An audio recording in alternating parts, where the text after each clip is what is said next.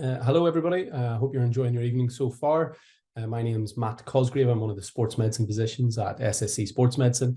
And this evening I'm here to talk to you about injury in women's sport. I suppose the question is, what makes me or puts me in the position to talk about this? And I've been the team doctor for the national women's rugby team now for the last 4 years. It's been a great opportunity to work with a fabulous group of women. Really interesting time for women's sport and for rugby in Ireland, as the group has just professionalised in October 2022. So there's a lot of change happening. The men's game professionalised almost 30 years ago, and the women's game is really it's coming on at a speed of knots as they try and keep up with the success of the men's game, but trying to do this evolution in a very, in a much shorter time period. But if we think about what women's sport is, this is a clip from the World Cup just past, Soccer World Cup, and this is Federation Square in Melbourne as the Australians celebrate a goal in the semi-final.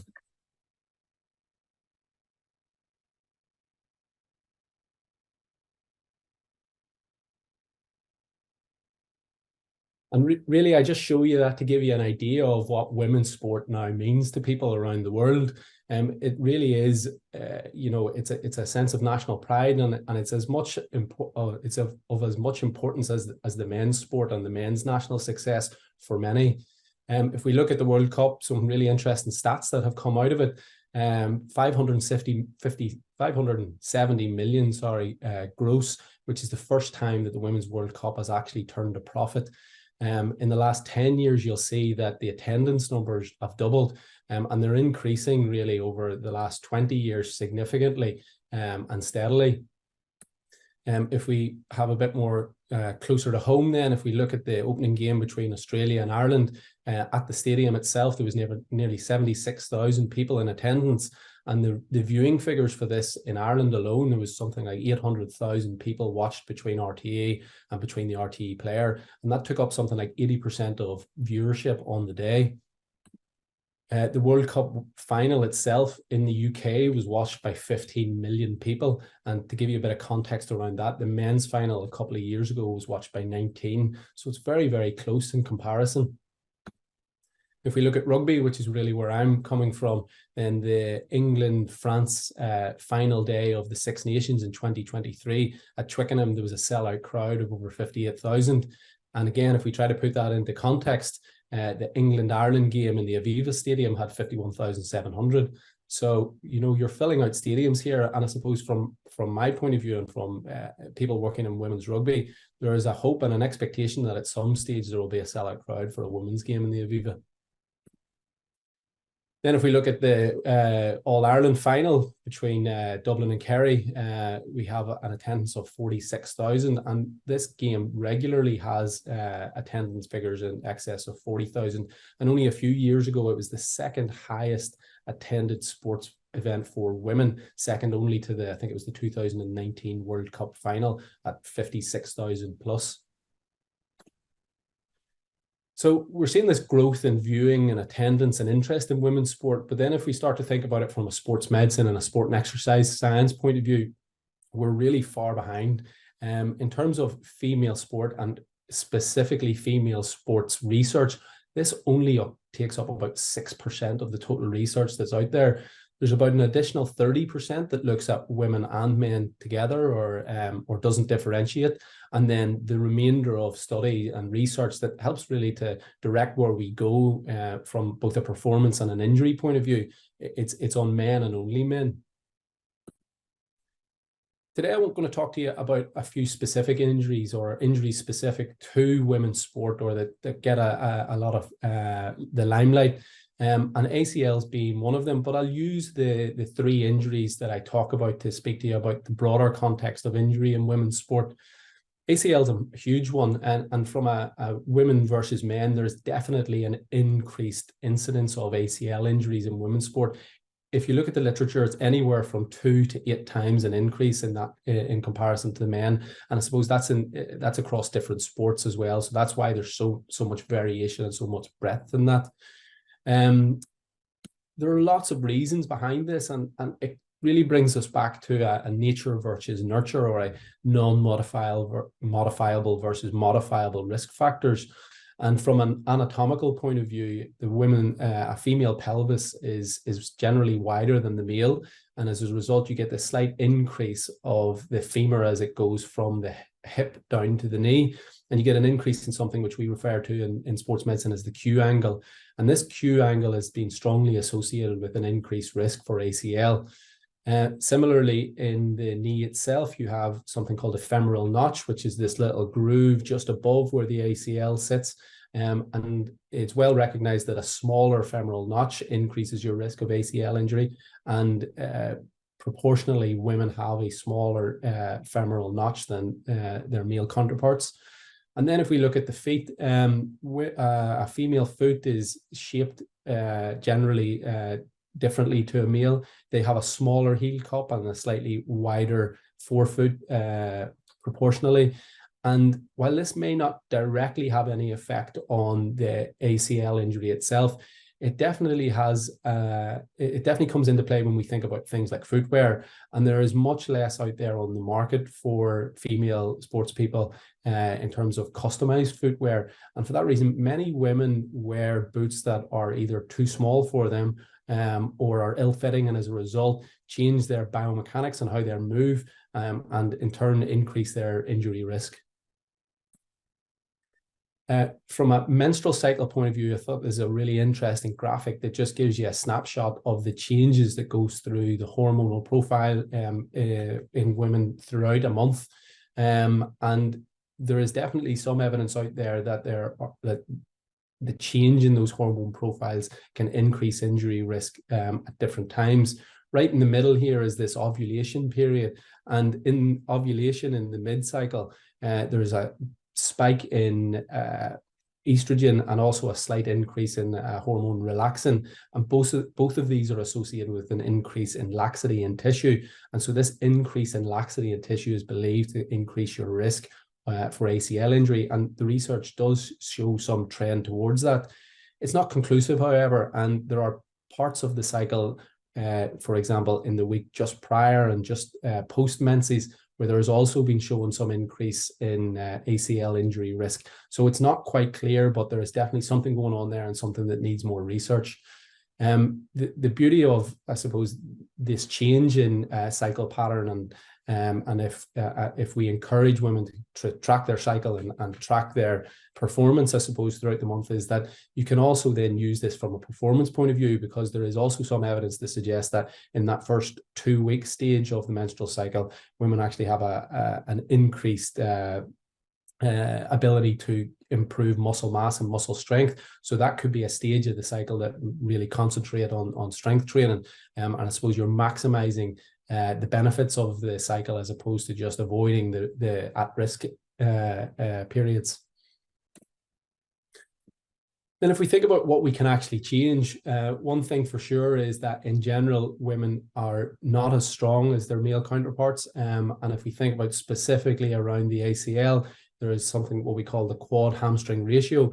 And traditionally, female athletes would have a bigger difference in the quad hamstring ratio than males would. Very strong quads, but relatively speaking, a weaker hamstring complex. And so if we can concentrate on getting this ratio closer together, then that's certainly something that can improve things. In terms of the warm-up and how we prepare for sport, a neuromuscular warm-up across football has been shown to reduce the risk of ACL injury by 50%. And this is not just in women's sport, this is in men's sport as well. But it is definitely something that we can adopt and encourage at all levels, from grassroots right up to professional, that should help to reduce that risk, not just of ACL, but of all injuries. And then if we think about things like technique, traditionally, women start the higher level sports participation much later. With men, we tend to find that from a very young age, there's lots of development programs, lots of opportunities, and they get coached right through from early primary school years in technique, in running, change direction, jumping, and for rugby, tackling. In the women's game, this happens much later on. And as a result, all of these things together place women at a slightly higher risk of injury when they're playing at that elite level, or when they're trying to reach that elite level, having had a relatively short time period to build up those skills and to build up that aptitude. And so I suppose what this all boils down to is what we can deliver from a very, very young age. And it's not just about things like physical strength, warm-up, practice, technique. It's also about what the provision is. We often find that women are playing on, and girls are playing on pitches after their male counterparts. They're playing in facilities that are not as well looked after and as well prepared. And then they don't have the same degree of resources and education. And as I said, development programs that the boys and the men's do. So it's really about delivering these opportunities at a very young age. All of these things come together and they improve performance, but they also reduce injury risk across the board, not just for ACLs, other soft tissues, bones, and then some of these other things that we're going to talk about going through. So concussion is a big thing in rugby, and I've heard it cited on a few occasions that in women's sport or in women's rugby, concussion risk is much higher. And really, that's not the case. This graphic looks at injury risk across the last 3 World Cup cycles.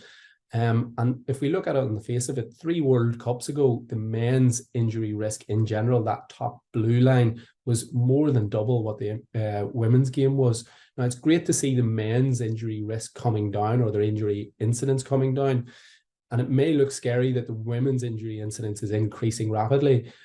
But in terms of how this data is recorded, what we're probably really seeing here is an improvement in how well and how accurate the recording of injuries are. So as these come together, we're starting to see a more accurate profile of what the injuries look like. But at that, it still is fairly convincing that playing women's rugby as a whole is safer than the men's professional or international game at the minute. Concussion, conversely, if we look at the 2 graphs at the bottom, throughout the last 3 World Cup cycles have been very, very similar. And so, again, at first glance, and actually when you dive into it a bit closer, the injury incidence of concussion in women's sport is no higher than it is, or in women's rugby is no higher than it is in the men's game. What I would say, however, is that the proportion of concussions in the women's game is much higher than in the men's. So yes, you have the same number of concussions, or relatively speaking, the same number of concussions, but women overall have much less injuries, and so their proportion of injuries which are concussions are 27%, versus in the men's game is 15%. And we don't quite know why this is at the minute, and it's something that's being looked into. But I would say that a lot of it is down to those things that we talked about previously. If we think about strength, it may be to do with neck strength. If we think about technique, it may be to do with running, tackling, change direction. And then if we think about all those provisions, it's about the coaching, the opportunities that we give young girls to play and to learn these skills from a very young age that will therefore decrease their risk going forward. One of the really interesting things that's out at the minute is a mouthguard study that looks at what they describe as head acceleration events. So they're not actually able to quantify the impact, but what they can do is quantify how quickly the head moves, and that seems to correlate very closely to a risk of concussion. And in the women's game, an area where it seems to be really stand out in comparison to the men's is that there's a much higher risk or much higher incidence of high head acceleration events in training as opposed to in the men's training, whereas the match incidences are fairly similar. So we don't know why this is. Again, it could be that the training the training is so compressed when international women's group get together that there is much more contact exposure, and as a result of that higher contact exposure, you're increasing your risk of concussion. Or it could be that conversely, the women are actually training at that level that we want them to be training at for match load, and that possibly even the men's game needs to come up. So we don't know the answer to that in the minute, but it is a really interesting area that's going to be explored further. I would be amiss not to talk about stress fractures when it comes to women's sport, because there definitely is an increased risk of stress fracture in women's sport in comparison to men. Now, the previous 2 injuries I discussed are what I would describe as traumatic injuries, whereas stress fracture is more of a load-related injury. And quite often it comes down to training error. So again, this is where provision of coaching, provision of education, and provision of services come in for female players, because if we can do all of these things, then we can reduce this stress fracture risk. The reason this comes up, there's something called the female athlete triad that has been around in sports medicine for a while, and we believe there was a belief that it was really only isolated to women's sport, and that belief was really down to the fact that it involved menstrual health and disturbance in menstrual function associated with high intensity exercise or prolonged high intensity exercise. But actually what we're seeing is this affects both women and men, and we've retermed it as a relative energy deficiency syndrome. And it really, what it is it describes a mismatch between how much training you're doing and how much you're fueling to I suppose, provide the energy for that training. And if there's a mismatch there, or a prolonged mismatch there, then what you do is you come up with you come into difficulties with both performance, but also things like health in general, both immune function, heart health, growth and development. But then specifically for us is this bone health. Your bones are alive, they're constantly turning over. And the risk is that when you're fuel depleted, or when you're not getting enough energy to supply your demands, then that turnover of bone health decreases. And so you start to develop what we describe as a bone stress injury, where the bone is not able to recover after the stresses that's being put through it. And ultimately you go on to develop a bone stress fracture. This is a slightly higher risk in women than it is in men, and we're not quite clear why that is, but it definitely is down to things like a perceived improved performance with a low body weight. And then if we take it back to then that idea of the advances in women's sport, the global eye on women's sport, there is a whole concern around body image in women's sport. And that does exist in men's as well, but it's definitely more prevalent in women's sport. And as a result, that idea of body image then brings around concerns with purposefully decreasing your intake. From a body image point of view, you end up with what we describe as disordered eating, and then unfortunately that can sometimes progress on to something like an eating disorder. So this is something that we're very vigilant about, as I say, not just in the women's game. We're vigilant about it across the board, but at the minute there does seem to be a higher risk associated with women. And so there is a huge educational piece in the importance of driving nutrition and fueling as a performance side of things, but also as an attempt to reduce injury risk. So I suppose in summary, there are a lot of things specific to the female athlete that increase their risk of injury, both traumatic injury and load-related injury. But for me, the main modifiable risk factors come right back down to that grassroots level, that growth and development of young girls and young females, and an education piece that we can encourage good practices right throughout the years of development, both from a nutrition point of view, from a scheduling, a training practice point of view, the importance of strength, not just from a performance side of things, but also from an injury risk reduction side of things. And then the provision of services like footwear, good pitches, good equipment, good recovery tools, all of these things come together to reduce the risk of injury as a whole in women's sport. Thank you. Thanks, Matt. Really great talk. First question from Nolene. Is there a greater risk of injury if a player has REDS? Is this something you consider or screen for? So first off, yes, there definitely is an increased risk of injury. More so of a load-related injury, so soft tissue injury, something like a hamstring strain, calf strain, anything like that, as opposed to a traumatic injury. Traumatic injuries just happen sometimes, unfortunately. It's something we can't avoid. But I suppose in relation to traumatic injuries, the recovery time can be affected by REDS. So if you are energy deficient or energy depleted, then your recovery is going to be slower. So in that sense, there's a kind of an all-round downside to being affected by RED-S. Can you screen for it? Yeah, very much so. There are a few different screening questionnaires that don't necessarily look for RED-S specifically, but they look for different eating patterns and eating behaviors, and they may highlight low energy availability. And then there are a few other tests and investigations that sort of build a picture. There's no one single test that diagnoses RED-S, but it's kind of a holistic picture, combination of history, examination, and then, as I say, there are a few questionnaires and some, for example, blood tests and scans that we can do that all contribute to the picture. Okay, thanks. Is there any common injuries that occur in the Irish ladies team? Yeah, so we have a slightly higher rate of knee injuries in general compared to other areas in the body. We track our injuries. We do an injury surveillance project every year to look at what are the common trends so that we can start to develop injury prevention programs and reduce risk of injury. Across the board, we find that knee injuries as a whole are slightly higher, and these tend to be traumatic injuries. We're quite fortunate in that we haven't had that many ACLs. MCL, medial collateral ligament injuries, are probably slightly higher for us. And we think that this is related to tackle technique, and probably some of the collision and close contact zone tackle drills and tackle play.